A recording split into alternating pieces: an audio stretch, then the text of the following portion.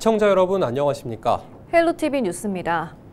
인천 부평 캠프마켓 개발에 또다시 제동이 걸렸습니다. 오염 토양 정화 작업을 위해서는 시설물을 철거해야 하는데 최근 시민단체가 건물 존치를 주장하며 행정소송을 냈기 때문인데요. 자세한 내용 송효찬 기자가 취재했습니다. 지난 2023년 6월부터 진행된 조병창병원 건물 해체 허가 취소 행정소송. 당시 부평 캠프마켓 1780 건물 철거가 결정되자 시민단체가 행정소송을 제기한 것입니다. 같은 해 12월에는 인천지방법원에 건물 해체 집행정지도 신청했습니다. 법원이 이를 인용해 작업이 중단됐는데 1년 만인 지난해 6월 해당 건물을 일부 존치하기로 합의하고 단체가 소송을 취하하면서 작업이 재개됐습니다. 올해 또다시 시민단체가 1780 건물 옆에 있는 1776 건물 해체 허가 취소 행정소송을 제기했습니다.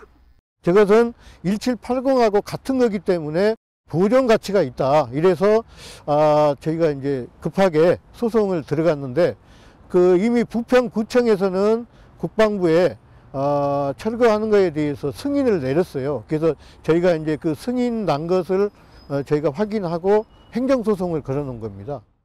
앞서 국방부가 캠프마켓 오염 토양 정화 작업을 위해 시설물 철거 여부를 검토할 당시 인천시는 조병창 병원 건물을 비롯해 오염된 5개 건물 활용 계획이 없다는 의견을 전달했습니다. 국방부는 인천시가 음악 창작소로 리모델링한 미군 건물 등 일부를 제외하고 전면 철거를 결정했습니다. 반면 시민단체는 지난 2020년 국가유산청 공고를 근거로 조병창 병원 건물을 모두 보존해야 한다고 맞서고 있습니다. 해당 지역인 부평구에 소장이 송달된 건 지난달 19일. 오는 13일까지 답변서를 제출해야 하는 부평구의 입장에서는 답답하기만 합니다. 적법성 여부에 대해서는 문제없다는 입장이지만 문화재적 측면에서의 여부는 한국환경공단의 의견이 필요한 데다 인천시 등 관계기관과의 협력도 필요한 상황. 80도 거의 1년 정도 걸렸으니까 신고 들어오면은 당연히 검토하고 법상 맞으니까 처리를 한 거다 보니까 저희는 그냥 적법성 여부를 적법하다라고 나가긴 할 건데 그 외적으로는 이제 한국환경공단에서 참여하시면 같이 나가겠죠, 그쪽에서도. 1780 건물의 경우 행정소송 제기부터 소송 취하와 작업 재개까지 1년의 시간이 걸렸습니다. 이번 소송 역시 비슷한 사례인 만큼 또다시 1년 이상의 시간이 소요될 것으로 군은 보고 있습니다. 심지어 시민단체는 오염토 정화가 진행 중인 캠프마켓 D구역 내 건물에 대한 보존도 요청할 계획이어서 오염토 정화 기간도 더욱 늘어날 전망입니다. 오는 2026년까지 오염토 정화 작업이 이루어져야 캠프마켓 개발 계획 실행이 가능해집니다. 앞선 사례에서 보듯이 시민단체와의 합의가 이루어지지 않을 경우 소송전으로 인해 캠프마켓 개발 계획 실행에 대한 차질은 불가피해 보입니다. 헬로티비 뉴스 송유차입니다. 김포시가 도심항공교통 분야 네트워킹을 위해 관내 기업을 모집합니다.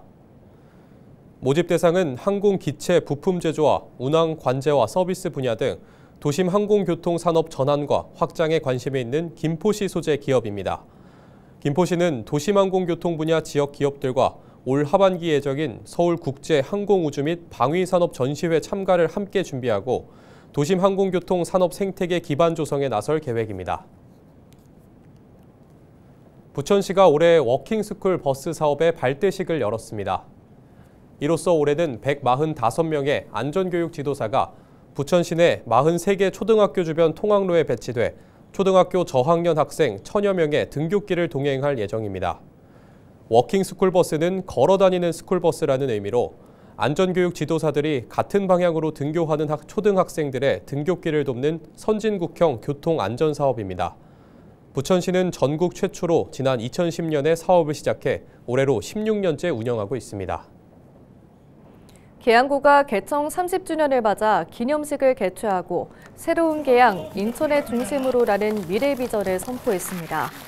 지난 4일 열린 행사는 계양구가 1995년 3월 1일 북구에서 분구된 지 30년의 해를 맞아 그간 구민과 함께 이룬 30년의 시간을 되돌아보고 더욱 살기 좋고 풍요로운 100년대계 계양시대의 시작을 알리기 위해 마련됐습니다.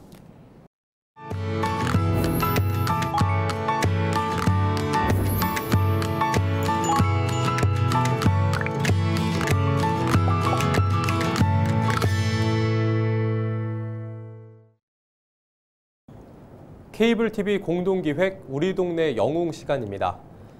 경기도 부천에는 주민 한 사람 한 사람의 정성이 모여 따뜻한 기부 문화가 꽃피고 있습니다. 올해로 출범 14년째를 맞는 부천 희망재단이 지역 기부의 마중물이자 소통 창구 역할을 하고 있는데요. 부천의 기부천사로 불리는 정인조 명예이사장의 든든한 버팀목 아래 오랜 시간 지역사회 어려운 이웃들에게 온정을 나누고 있습니다. 경기도 최초의 지역재단으로서 이제는 부천의 자랑이 된 부천 희망재단의 정인조 명예이사장을 이정하 기자가 만났습니다. 기부를 통해 나눔을 실천하는 공익재단인 부천 희망재단. 지난 2011년 3월 문을 연 뒤 시민들의 자발적 기부로 운영되고 있습니다. 그 중심에는 재단 시작부터 함께한 부천 희망재단 명예이사장 정인조 씨가 있습니다. 정 씨는 젊은 시절 터를 잡은 부천에서 나눔에 처음 눈을 떴다고 말합니다. 직장인으로 서울 다니면서 우연하게 YMCA 시민대학을 1988년에 만나서 그 안에서 우리 부천 시민사회가 어떻게 보면 행복하고 맑고 깨끗하고 또 힘들고 어려운 사람들하고 같이 가야 된다 하는 그런 생각을 조금씩 하게 된 거죠. 정 씨는 지난 2017년 경기 사회복지 공동모금회에 1억 원을 약정 기부하며 부천의 8번째 아너소사이어티 회원이 됐습니다. 올해 74살인 정 씨. 4년 전 칠순을 기념해 고향인 경남 합천까지 무작정 걷기에 도전했습니다. 이 여정이 의미가 컸던 이유는 1km를 걸을 때마다 100만 원씩 모두 5억 원을 기부했기 때문입니다. 우리 나이로 70대는 2021년도에 여름에 임진각에서부터 저희 고향 마을까지 18일에 걸쳐 한 540km를 걸은 적이 있습니다. 고향에 대한 아슬한 추억, 많은 분들이 뒤에서 밀어주고 이래서 완주를 했습니다. 정인조 씨는 지난 2022년 기준 법정 기부금을 포함해 21억 8천만 원을 이웃을 위해 내놓았습니다. 이 기부금은 그동안 지역의 취약계층과 공익활동 지원을 비롯해 기후위기와 탄소중립 기부 등에 쓰였습니다. 이제는 연간 10억 원에 가까운 기부액이 모이는 부천 희망재단의 마중물이 됐습니다. 앞으로 정 씨는 유산 기부를 포함해 30억 원까지 기부하는 목표를 세웠습니다. 나이 들면서 웰다잉 문화운동, 유산 기부 운동입니다. 모범을 보이겠다고 생각해서 작은 아파트 하나를 신탁을 했어요. 제가 죽으면은 그 아파트 재산이 부천 희망재단으로 가게 하는 신탁을 작년에 한번 했습니다. 유산 기부 운동을 하려면 내가 먼저 해야지. 2년 전 부천 희망재단 이사장직을 내려놓은 정인조 씨.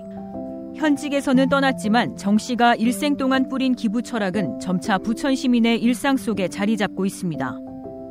부천 희망재단은 지역 출신인 축구 국가대표 황희찬 선수와 함께 기부 문화 조성에 앞장서는가 하면 기부 마라톤 대회를 개최하기도 하고 지난해부터는 일상 속에서도 기부가 가능한 키오스크를 설치해 운영하고 있습니다.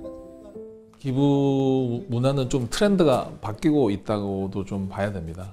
내가 기부하고 싶을 때 소액이라도 바로 결제할 수 있는 문화를 지금 만들어 가고 있습니다. 투명성을 바탕으로 해서 좀 더 부천에 든든한 그런 재단으로서 계속 오래 될 수 있도록. 정인조 명예이사장의 남은 소망은 하나입니다. 100만 원 좋고 1000만 원 좋고 아니면은 1%도 좋고 0.1%도 좋다. 내가 이 지구로 여행을 왔다. 간다는 어떤 그런 하나의 증표로 그런 운동이 우리나라 곳곳에서 확산되었으면 하는 바람을 간절합니다. 지역의 어려운 이웃을 위해 자신이 가진 것을 대가 없이 나누는 마음. 한 사람의 선한 영향력이 지역사회 곳곳을 밝히는 불빛이 되고 있습니다. 헬로티비 뉴스 이정하입니다. 인구 고령화로 인해 지방을 위주로 빈집이 늘면서 전국적으로 100가구 가운데 8가구가 빈집인 것으로 나타났습니다.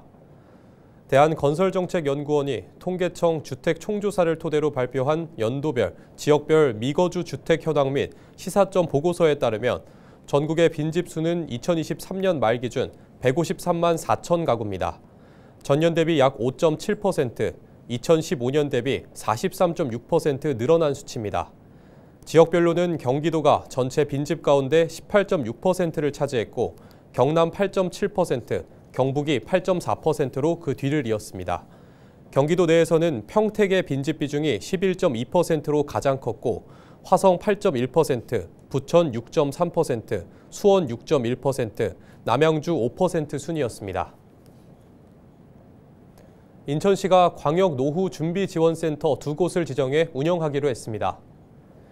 시는 체계적으로 노후 준비를 돕기 위해 인천 고령사회 대응센터와 국민연금공단 남동연수지사를 광역 노후 준비센터로 선정했다고 밝혔습니다. 지난 1월 기준으로 인천의 인구는 302만 3,649명이며 이 가운데 65세 이상 노인 인구는 17.8%인 53만 7,124명입니다.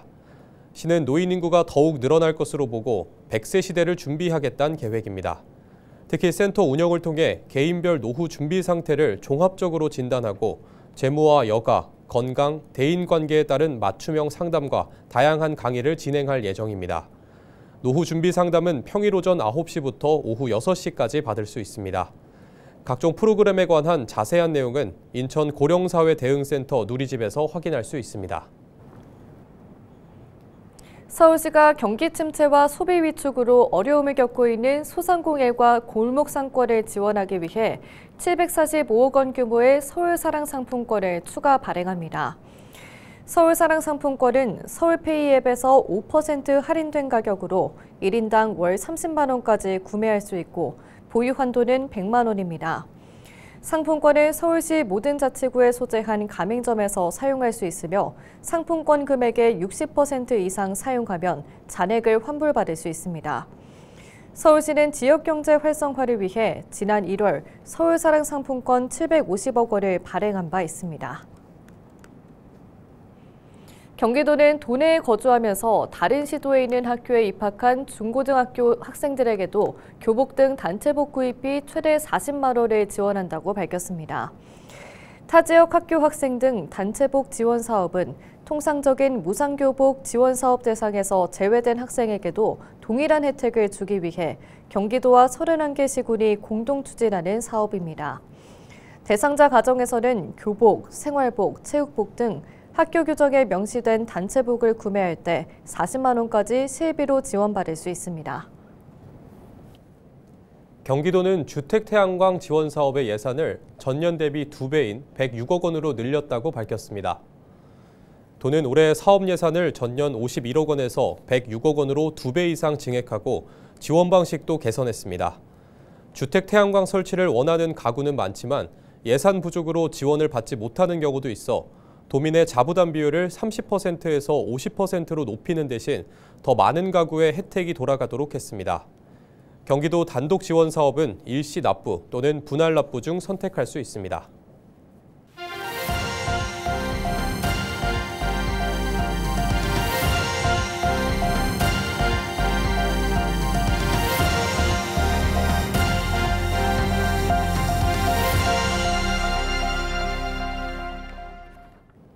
인천시가 지역 내 자원순환센터에 대한 시민 소통의 장을 마련하기 위해 선진 자원순환 프로그램의 견학 프로그램을 운영합니다.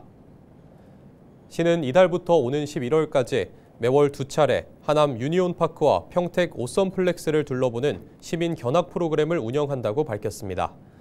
시는 자원순환센터 확충을 위해 시민들의 인식을 개선하고 올바른 정보를 제공하고자 지난해부터 선진 자원순환시설 견학 프로그램을 운영하고 있습니다.